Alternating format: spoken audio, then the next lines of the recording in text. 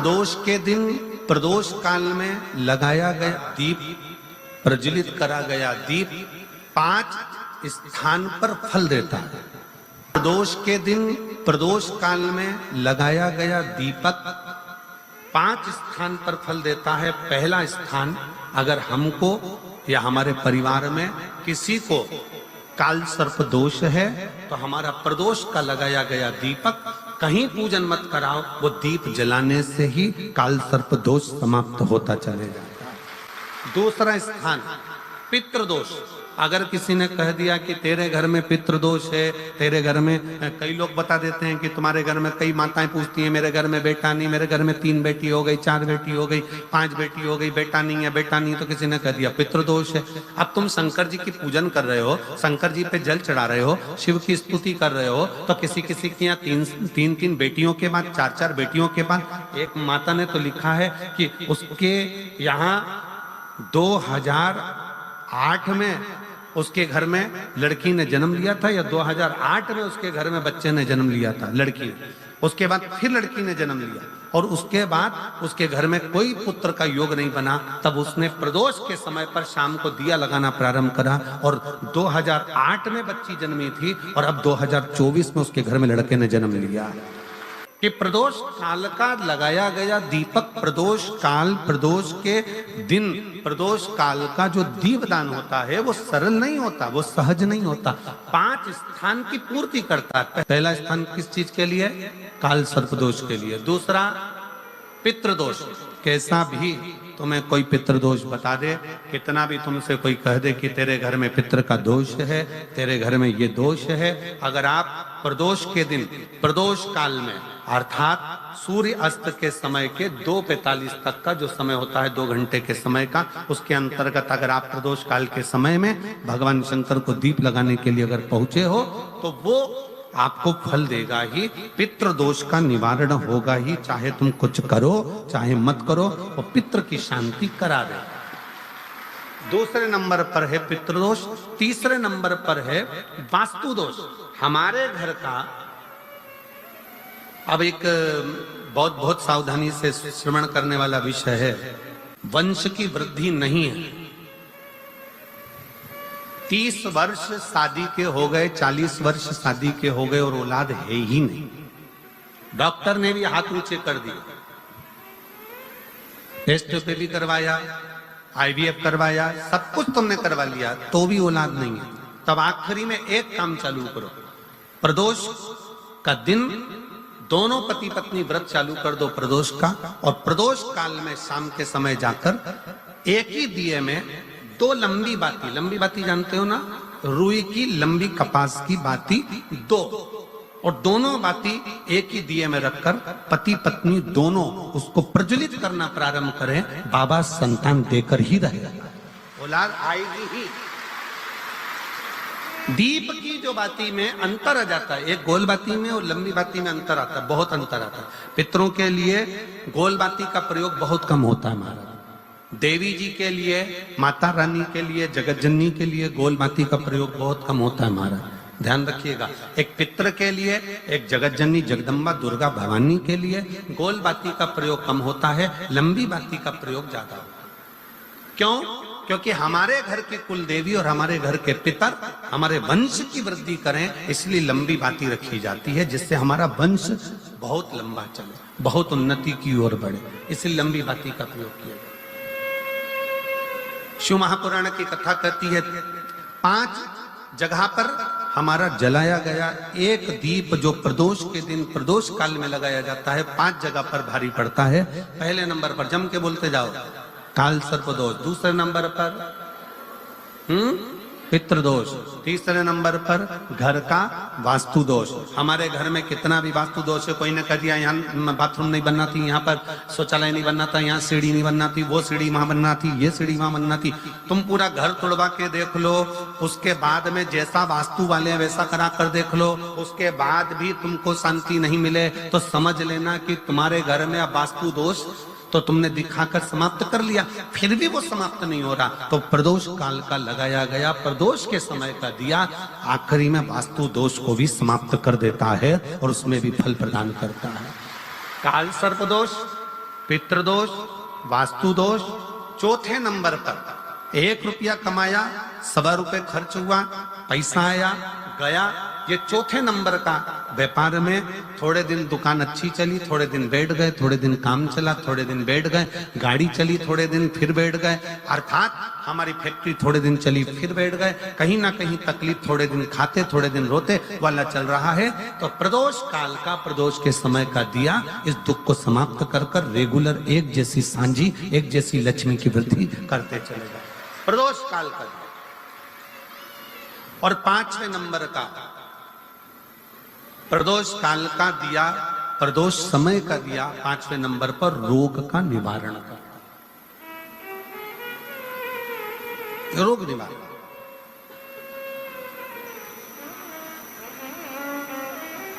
ये 5 स्थान जो बताए गए हैं प्रदोष काल के दिन, प्रदोष के दिन दीप प्रज्वलन के। प्रदोष व्रत का इतना महत्व है महाराज। ये प्रदोष व्रत होता क्या है? प्रदोष व्रत का महत्व क्या है? शिव महापुराण की कथा कहती है शंकर भगवान का प्रदोष का व्रत, अर्थात चंद्रदेव को जो क्षय रोग हो गया, बीमार पड़ गए, शरीर गलकर नीचे गिरने लगा, तब देव ऋषि नारद ने भगवान चंद्र को शंकर भगवान के पूजन का विधान बताया। और पूजन करते करते त्रयोदशी तिथि आ गई, जिस त्रयोदशी के दिन चंद्रदेव ने सुबह से शाम तक कुछ नहीं खाया। शाम के समय सूर्य अस्त के पहले चंद्रदेव ने स्नान किया, श्वेत वस्त्र धारण करे, और श्वेत वस्त्र धारण कर कर चंद्रदेव शंकर के शिवलिंग की पूजन करने बैठ गए। शंकर भगवान के शिवलिंग की पूजन जब चंद्रदेव ने करी, हाथ में अक्षत लेकर चंद्रदेव ने शंकर को समर्पित करे, ओम उमापति नमः कहकर जब चंद्रदेव ने शिव को समर्पित करे, भगवान शंकर त्रयोदशी के दिन प्रदोष समय में, प्रदोष काल में प्रकट हो गए। और प्रकट होकर बोले, ऐ चंद्र, तुमने आज मेरा अनुरोधन किया है, आज मेरा स्मरण किया है, जाओ आज त्रयोदशी के दिन प्रदोष काल में मैं तुम्हारे शरीर को स्वस्थ करता हूं। तब से ये प्रदोष व्रत प्रारंभ हुआ है महाराज। किसने करा है प्रदोष व्रत? भगवान विष्णु ने करा था।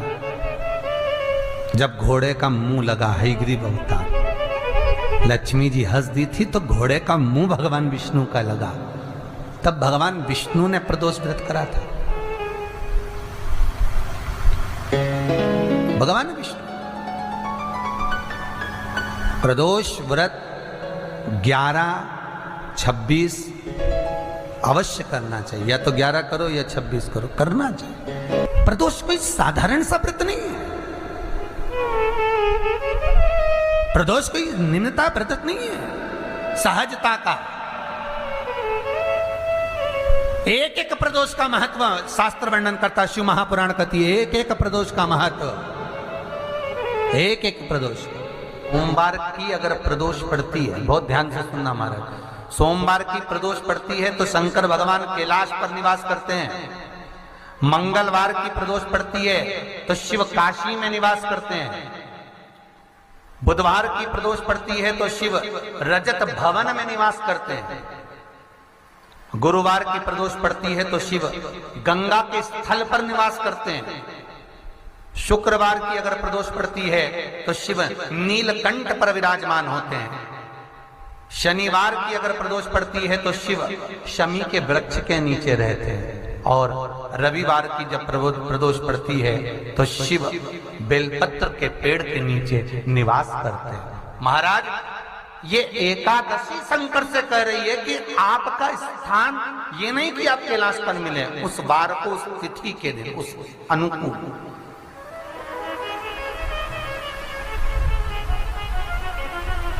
हमारे यहां कहते हैं सोमवार की जो प्रदोष पड़ती है वो इच्छा पूर्ति करती है। मंगलवार की प्रदोष रोग से मुक्ति देती है। बुधवार की प्रदोष कामना की पूर्ति करती है। गुरुवार की प्रदोष शत्रुओं का नाश करती है। शुक्रवार की प्रदोष सुख और शांति देती है, शनिवार की प्रदोष संतान का सुख देती है, और रविवार की प्रदोष जो काम दुनिया में कोई नहीं कर सकता वो अचूक फल की प्राप्ति रविवार की प्रदोष करा देती है महाराज। ऐसी प्रदोषों का नियम वर्णन किया चाहिए। भगवान कहते ठीक है तू थोड़ी देर खड़ी हो। एकादशी सम्मुख खड़ी हुई, पार्वती जी ने जिस अंगुष्ठ का जल पीने के लिए लिया था हाथ में, बस पीने ही वाली थी, शंकर भगवान ने वही हाथ में जल लेकर एकादशी के हाथ में उसको देकर कहा ले, ये मेरे द्वारा निर्मित एक व्रत है जिसे त्रयोदशी के दिन तूने मांगा है, मैं तुझे देता हूँ। आज इस व्रत का फल मैं तुझे प्रदान करता हूँ। अब तू जिस जीवात्मा को लेकर जाएगी उसका पाप प्रबल नहीं होगा।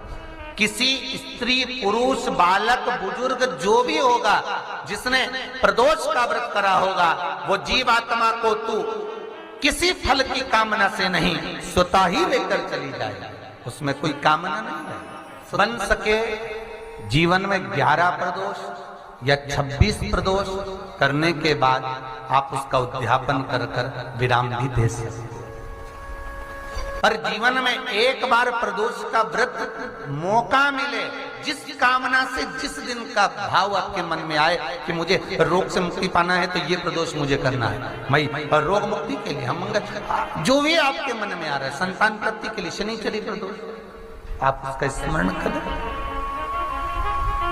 फिर लिखा शिव महापुराण में, बड़ा सुंदर लिखा वेदव्यास जी ने, मान लो आप प्रदोष व्रत नहीं कर सकते, आप अगर व्रत नहीं कर सकते तो प्रदोष के दिन, प्रदोष काल में शाम का समय सूर्यास्त का कुछ पल, कुछ घड़ी के पहले से लेकर बाद तक का प्रदोष काल के अंतर्गत आप शंकर जी के मंदिर में जाकर 1 लोटा पानी, 5 बेलपत्र भी अगर समर्पित करते हैं तो संपूर्ण प्रदोष का फल आपके भाग्य में प्रबल हो जाए। शिव महापुराण में इसका लड़की को मंगल है, गुरुजी लड़के को मंगल है, क्या करा जाए? कुछ मत करो। प्रदोष के व्रतों में वर्णन किया गया है कि रवि का प्रदोष, भौम का प्रदोष, मंगल का प्रदोष, बुध का प्रदोष, गुरु का प्रदोष, शुक्र का प्रदोष, शनि का प्रदोष। जो प्रदोष पढ़ते हैं पूरे महीनों में, पूरे वर्ष में मंगल का प्रदोष निकाल कर रख लो कि मंगल का प्रदोष इस दिन पड़ रहा है, मंगल की त्रयोदशी तिथि पड़ रही है, प्रदोष व्रत मंगलवार का पड़ रहा है। और जिन लड़का लड़की को मंगल होते हैं, जिन कन्या और वर को मंगल होते हैं, केवल शंकर भगवान के मंदिर में जाकर चौमुखी दिया, 4 बत्ती का दिया आटे का, उसमें घी डालकर लड़की शंकर भगवान के मंदिर में मात्र 7 बार शंकर पे से उतार कर, 3 बार स्वतः उतार कर शिव के मंदिर में रख देती है। उसका मंगल आड़े आता ही नहीं है, मंगल नहीं आता सामने। मंगल प्रदोष व्रत का इतना महत्व है महाराज। एक बात बहुत अच्छे से समझ लीजिए, जिसके घर में क्लेश होता हो, अशांति रहती हो, क्लेश रहता हो, या छोटी छोटी बात पर विवाद चालू हो जाता हो, या पति पत्नी में, परिवार में, सास बहू आदि कादिक में कहीं ना कहीं कुछ अगर विवाद रहता हो, ऐसा बेलपत्री की डंडी रहती है ना, बहुत ध्यान दीजिएगा महाराज। श्राद्ध पक्ष की कथा चल रही है, शिव महापुराण आज विराम की ओर है, ध्यान दीजिएगा। जैसे ये बेलपत्री की जो डंडी होती है, डंडी का जो भाग होता है बेलपत्री की, ऐसा बेलपत्री की 7 भाग ले लो, मतलब बेलपत्री 7 ले लीजिए। 7 बेलपत्र लेकर कच्चा जो सूत होता है ना, कच्चा सूत जो जानते हो पेड़ पौधे में माता लपेटती हैं, धागा जो होता है ना सफ़ेद कलर का कच्चा धागा, जो बड़ में, पीपल में और आंवला आदि में लपेटा जाता है, कच्चा सूत, उसको शंकर भगवान और माता पार्वती का स्मरण कर कर नंदी के, जो नंदी होता है, नंदी के राइट भाग में नंदी का एक पांव ऊंचा होता है। आपने देखा होगा आगे का पांव ऊंचा होता है, बैठते समय नंदी का एक पांव ऊंचा, एक पांव नीचे की हो जाता है। तो नंदी का जहां पांव ऊंचा है उस ऊंचे पांव के पास में बैठना है। कच्चे सूत पर उस बेलपत्री के जो 7 गुच्छ हैं, 7 जो बेलपत्री के भाग हैं, 7 बेलपत्री हैं, उसको अपना नाम गोत्र स्मरण कर कर उस कच्चे सूत को लपेटना है।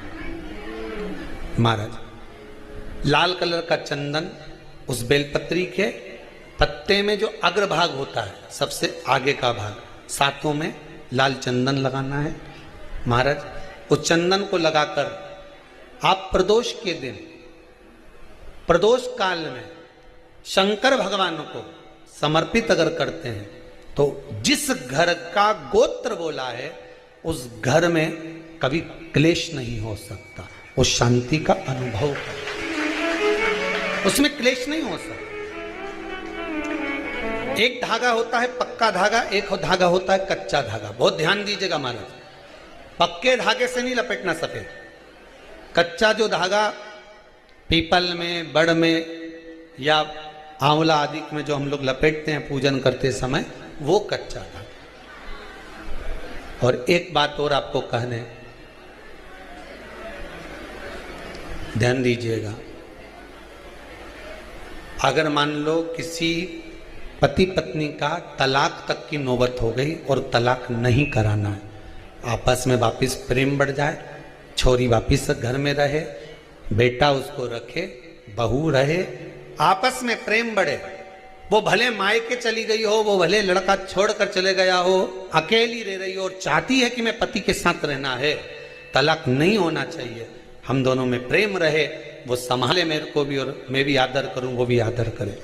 तो मेरा निवेदन है, कच्चा जो सूत होता है, कच्चा जो धागा होता है, नंदी के ठीक पीछे बैठकर कोई साथ में आपके परिवार का कोई व्यक्ति चले जाए और हस्तकमल को, जिसको अपने परिवार में वापिस रहना है, उस स्त्री हो या पुरुष हो, दोनों में से कोई भी नंदी के पीछे बैठकर सोमवार की जिस दिन अष्टमी पड़े उस दिन नंदी के पीछे बैठकर हाथ को ऐसा बंद करना है, हाथ में एक बेलपत्री रखना है, सीधी सीधी बंद कर कर 7 बार उस हाथ पर कच्चा सूत लपेट देना है, उस सूत को वापस निकाल लेना है। बेलपत्री के साथ, बेलपत्री के साथ में, और बेलपत्री को तो अपने पास में रखना। सबसे पहले माता पार्वती का जो हस्तकमल ऐसा होता है शिव मंदिर में, उस हस्तकमल में वो सूत जो आपके हाथ से निकला है वो उसमें डाल देना है, माँ जगत जननी से प्रार्थना कर कर, और जो बेलपत्री आपने संबंध को जोड़ने के लिए अपने हाथ में ली है वो शंकर भगवान के कटी भाग में, फिर निवेदन करूंगा कटी भाग को समझ लीजिए।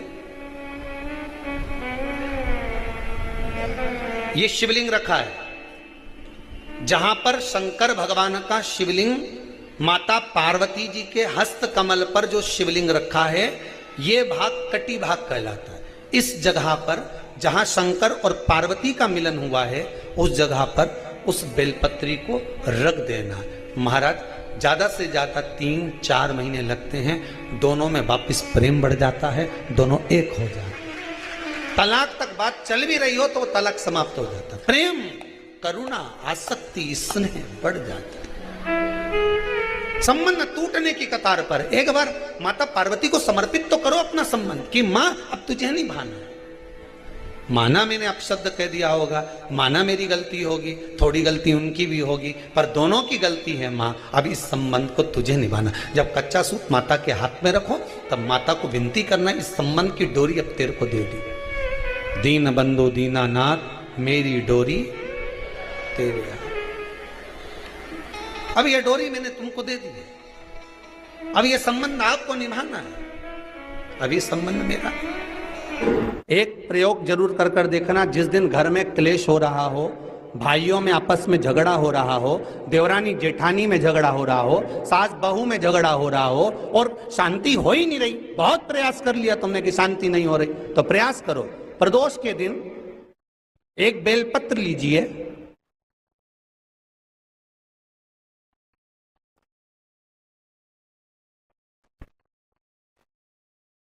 प्रदोष के दिन बेलपत्र लेकर अपना जो परिंडा होता है, परिंडा जानते हो, मटका, हंडा, जहां पानी भरते हो, पितरों का स्थान, उस परिंडे को बेलपत्र छुआकर उस बेलपत्र को शंकर भगवान के ऊपर जो जलाधारी होती है, उस जलाधारी में इस डंडी को अपने घर का नाम गोत्र बोलकर उसको डाल दिया जाता है। एक लोटे पानी में थोड़ा सा शहद मिलाकर उस जलाधारी में भगवान शंकर का भृंगेश्वर नाम लेकर चढ़ा दिया जाता है। शिव जी को चढ़ाया हुआ जल उस बेलपत्र को चढ़ाकर जाइए, कितना भी तेज झगड़ा हो रहा होगा, मात्र 10 मिनट के अंदर एकदम शांत हो जाता है, झगड़ा रह ही नहीं पाता। कितना भी झगड़ा हो रहा, मात्र 10 मिनट, 15 मिनट से ज्यादा नहीं टिक सकता। पत्र खाओगे शंकर जी के मंदिर की तो मुख में जीवान छार छार हो जाती है। बोलो सही है कि गलत? प्रतिदिन बेलपत्र खाओगे शंकर मंदिर की तो मुख में कई बार छाले भी पड़ जाते हैं। सत्य है कि गलत है? शिव महापुराण की कथा कहती है अति सर्वस्व वर्जते। आपको अगर बेलपत्र खाना है, हफ्ते में 2 खाओ, हफ्ते में 3 खाओ। मुंह में अगर छार छार हो रहा है, छाले पड़ रहे हैं, तो बेलपत्र को, शिव जी की चढ़ी हुई बेलपत्र को सुखाकर चूरा बनाकर इतनी सी चुटकी भर खा लिए, पानी पी लिया। लीवर गड़बड़ हो गया है, डायलिसिस चल रहा है, किडनी गड़बड़ हो गई है, डॉक्टर बोल रहा है कि डायलिसिस करवाना पड़ेगा, तो बेलपत्री के पीछे की जो डांट होती है, जिसको आप लोग तोड़ के फेंक देते हैं, वो बेलपत्री के पीछे की जो डांट है, ये ब्रह्मा, विष्णु, महेश। समझ में आ रहा है आप लोगों को? बीच में जो डंडी दिख रही है आपको, इसके बीच में बड़ी पत्ती और 2 पत्ती के बीच में जो खाली जगह है, ये खाली जो डंडी है, इसमें 33 कोटि देवी देवताओं का स्थान होता है। किसका स्थान है? 33 कोटि देवी देवता। इसलिए बेलपत्र चढ़ाते समय बेलपत्र को इस जगह से पकड़कर समर्पित किया जाता है कि 33 कोटि देवी देवताओं का स्पर्श कर कर, ब्रह्मा विष्णु महेश का स्पर्श कर कर चढ़ाया जाता है। बेलपत्री के नीचे की जो डंडी होती है, ये 2 पत्ती से लेकर नीचे का जो भाग होता है, ये स्कंद पुराण कहती है, इसमें 64 योगनियां और मेरी माता पार्वती का संपूर्ण जितनी शक्तियां हैं, वो सारी शक्तियां इस डंडी के अंदर विराजमान होती हैं। इस डंडी के पीछे गोखरू होता है, जिसको माताएं तोड़ देती हैं। वो जो टूटा हुआ गोखरू रहता है, उसमें भगवान शंकर के प्रत्येक गण का भाव रहता है। इनका काम क्या रहता है? जब शरीर में किसी व्यक्ति के जीवन में जब दुख, तकलीफ या रोग बढ़ता है, तो वो गोखरू जो नीचे का रहता है, वो टूटा हुआ गोखरू अशोक सुंदरी वाली जगह पर चढ़ाकर हफ्ते में 2 बार उसको चबा चबा कर अगर खा लिया जाए तो डायलिसिस की जरूरत नहीं पड़ती, डायलिसिस छूट जाता है, लीवर और किडनी काम करना प्रारंभ कर देते।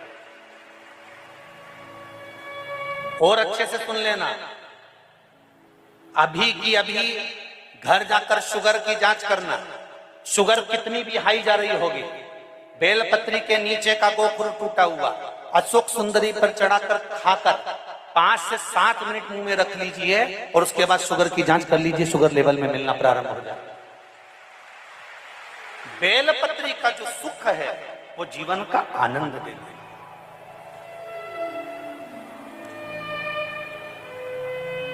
साधारण नहीं है बेलपत्र।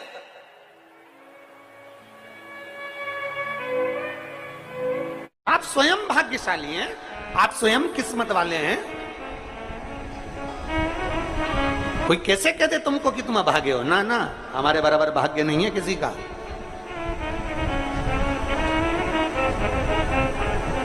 तुम्हारी ग्रह खराब है, तुम्हारे ग्रह खराब है। शंभेश्वर महादेव का नाम 7 कनेर के पुष्प, कितने? 7 कनेर मालूम है?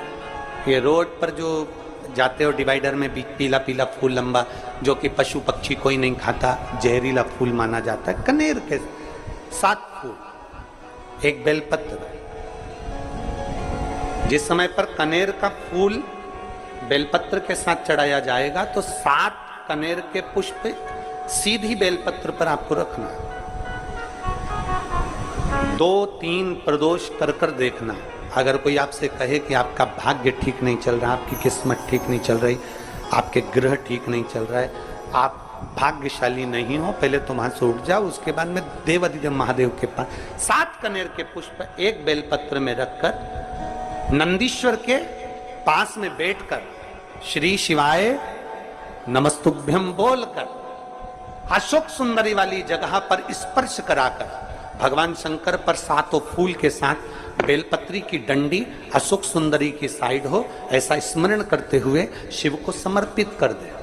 वही बेलपत्री 5 बार नमः शिवाय या पंचाक्षर मंत्र, षडाक्षर मंत्र या श्री शिवाय नमस्तुभ्यम बोलकर वही बेलपत्री 3 प्रदोष, 4 प्रदोष, 5 प्रदोष, 2 प्रदोष, जितने प्रदोष आप चढ़ा रहे हैं प्रदोष काल में, वो बेलपत्री लाकर अपने कक्ष में अपने पूजन वाली स्थान पर रखते जाओ। एक बेलपत्री एक प्रदोष पर लाओगे, अगला प्रदोष आएगा, कितना अंतर पड़ता है आपके भाग्य बदलने में, आपको खुद मालूम पड़ जाएगा कि आपकी किस्मत कैसे बदल रही है। मेहनत आपको करना है, परिश्रम आपको करना है, लगन आपको लगाना है, और बेलपत्री और कनेर का पुष्प शिव को चढ़ाना।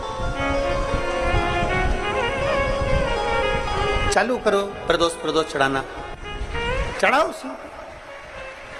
शंकर का भजन। यहां नहीं चढ़ा सकते, अपने घर पर चढ़ाओ, अपने शिवालय में चढ़ाओ, अपने देवालय में चढ़ाओ, अपने नजदीक में जो शंकर मंदिर वहां चढ़ाओ। आराधना शिव की। कोई कह दे तुमसे कि ये ठीक नहीं, प्रथम आप ये जो कनेर के फूल चढ़ाओगे ना, इसमें श्रंभेश्वर महादेव का भाव होना चाहिए। श्रंभेश्वर महादेव, फिर से एक बार बोलो, कौन से महादेव? श्रंभेश्वर। और फिर एक निवेदन, मान लो कि डॉक्टर कह दे कि बच्चे की धड़कन नहीं आ रही है, श्वास नहीं आ रही है, या शरीर पूरा नहीं है गर्भस्थ बच्चे का, तो उस समय पर भी 7 पुष्प कोई से भी, 7 बेलपत्र अशोक सुंदरी वाली जगह पर एक एक कर कर बेलपत्र, एक बेलपत्र एक पुष्प अशोक सुंदरी वाली, एक बेलपत्र एक पुष्प अशोक सुंदरी वाली जगह पर चढ़ा दीजिए, और एक बेलपत्र उसमें से एक पुष्प लेकर अपने घर जाइए, और 15 दिन के बाद वापिस उस बच्चे की सोनोग्राफी जांच डॉक्टर के कहने से कराइए। बाबा उस बच्चे की धड़कन, श्वास और शरीर पूरा देगा। श्रंभेश्वर महादेव में, श्रंभेश्वर महादेव का जब नाम लिया जाता है तो 33 कोटि देवी देवताओं का एक साथ नाम उच्चारण हो जाता है। 33 कोटि देवताओं। श्रंभेश्वर, बोल श्रंभेश्वर महादेव की जय। श्रंभेश्वर भगवान का स्मरण किया है। प्रदोष के दिन यदि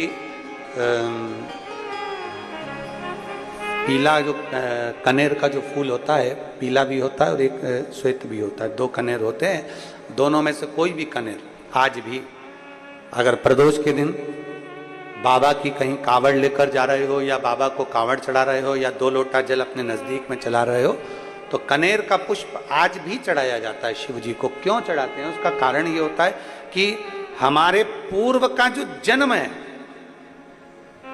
उसमें हमसे बहुत गलतियां हुई होगी। बाबा, हो सकता है उसके कारण बस हमको आज दुख देखना पड़ रहा है, आज तकलीफ भोगना पड़ रही है, आज बीमारी, आज रोग हो जाता है, तो उस रोग से मुक्ति दिल से जो मांगो, हमारे पूर्व का कोई कर्म होगा तो बाबा उसको समाप्त करे, हमारे पूर्व का किया हुआ बेकार कर्म समाप्त करे और हमको अच्छा करे, हमारे मन के मनोरथ पूर्ण करे, ऐसी कृपा करे बाबा। शिव के मंदिर में कभी मौका लग जाए, आपके घर में हो कनेर, आपके आसपास में कहीं लगा हो, तो वहां से लेकर शिव का श्रृंगार, शंकर का श्रृंगार भी कनेर से कर सकते हो। शिव का शंकर का बच्चा हो, बूढ़ा हो, जवान हो, वृद्ध हो, बीमार हो, दुखी हो, तकलीफ हो, कष्ट हो, सुखी हो, कैसा भी हो, अगर कोई सावन के महीने में पार्थिव लिंग का निर्माण कर लेता है या सावन से हटकर भी पार्थिव लिंग का निर्माण कर लेता है, उसको बार बार जन्म नहीं लेना पड़ता। मृत्यु में बार बार जन्म, बार बार मृत्यु से छूट जाता।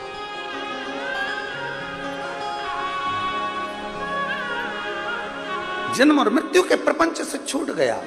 मेरी जीजियों, मेरे जीजाओं, मेरी बेटियों, बेटाओं, मेरी माताओं, मेरे भाई, मेरे बांधव, अपने को भी अगर गलत विचार आते हो, पूजन के समय पर पाठ करते करते गलत जगह पर अपना मन जा रहा हो, तो 5 प्रदोष, एक कटोरी में 1 चम्मच घी गाय का, देसी गाय का 1 चम्मच घी, 1 चम्मच भी ना हो तो आधी चम्मच घी, आधी चम्मच भी अगर घर में ना हो तो 2 बूंद घी, 2 बूंद भी ना हो तो देसी गाय का 1 बूंद घी अपनी हथेली में मध्य में लगाकर, जो शंकर भगवान का, भगवान शिव जी का जो शिवलिंग होता है, उस शिवलिंग के ऊपर के भाग पर अपनी हथेली को रखकर, और जो अशोक सुंदरी वाली जगह है उस जगह पर अपनी हथेली का घर्षण करना चाहिए। लगभग 5 प्रदोष अगर आपने कर लिया तो निश्चित है आपकी बुद्धि में कभी गलत विचार पूजन करते समय आएगा ही नहीं, और गलत दृष्टि की ओर जाओ।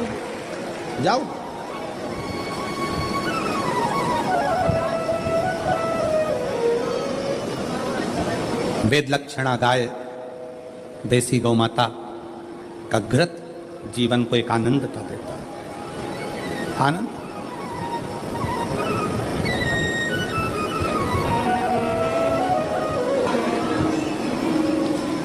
गौ माता का, देसी गाय का घृत, वेद लक्षणा गाय का 1 बूंद घृत